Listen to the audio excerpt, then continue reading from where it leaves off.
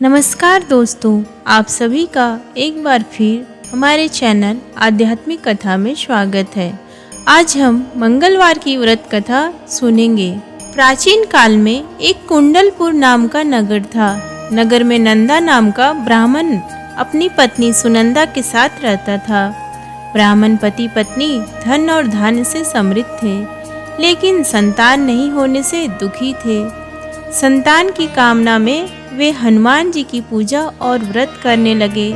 ब्राह्मण देवता जंगल जाते पूजा करने के लिए और ब्राह्मणी घर पर ही प्रत्येक मंगलवार का व्रत करती और शाम को हनुमान जी को भोग लगाती और स्वयं ग्रहण करती थी। एक बार किसी अन्य व्रत के कारण उन्होंने भोजन नहीं बनाया और हनुमान जी को भोग नहीं लगाया, लेकिन उसने यह प्रण लिया कि वह अगले मंगलवार को भगवान जी को भोग लगाने के बाद स्वयं भोजन ग्रहण करेगी। ब्राह्मणी 6 दिनों तक बिना कुछ खाए पिए पड़ी रही और 7वें दिन मंगलवार को वह मूर्छित हो गई। हनुमान जी ने उनकी आस्था और भक्ति को देखकर उन्हें एक बालक दिया जो उनकी सेवा करेगा।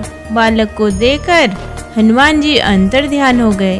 बालक को देखकर ब्राह्मणी अत्यंत प्रसन्न हुई और उस बालक का नाम मंगल रख दिया।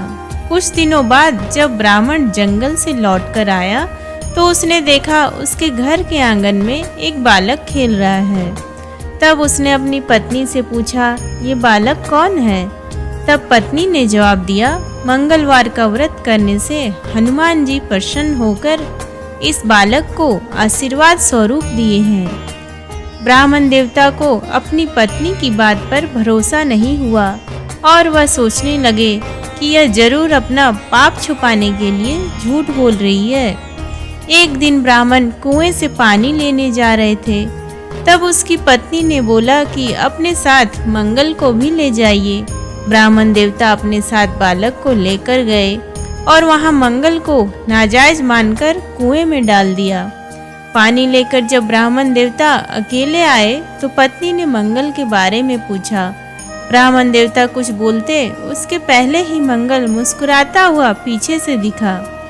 उसे देख ब्राह्मण देवता आश्चर्य में पड़ गए।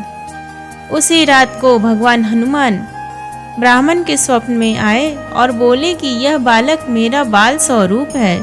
तुम अपनी पत्नी के बारे में गलत क्यों सोचते हो? मैंने यह बालक तुम्हारी पत्नी की व्रत पूजा भक्ति से प्रसन्न होकर दिया है। यह सुन ब्राह्मण देवता बहुत प्रसन्न हुए और सुखपूर्वक पत्नी और बालक के साथ जीवन यापन करने लगे। अतः मंगलवार का व्रत तथा कथा करने से आपके सारे कष्ट दूर हो जाते हैं। आशा करती हूँ आपको आज का ये वीडियो पसंद आया, तो प्लीज़ वीडियो को लाइक, शेयर और चैनल को सब्सक्राइब करें। धन्यवाद।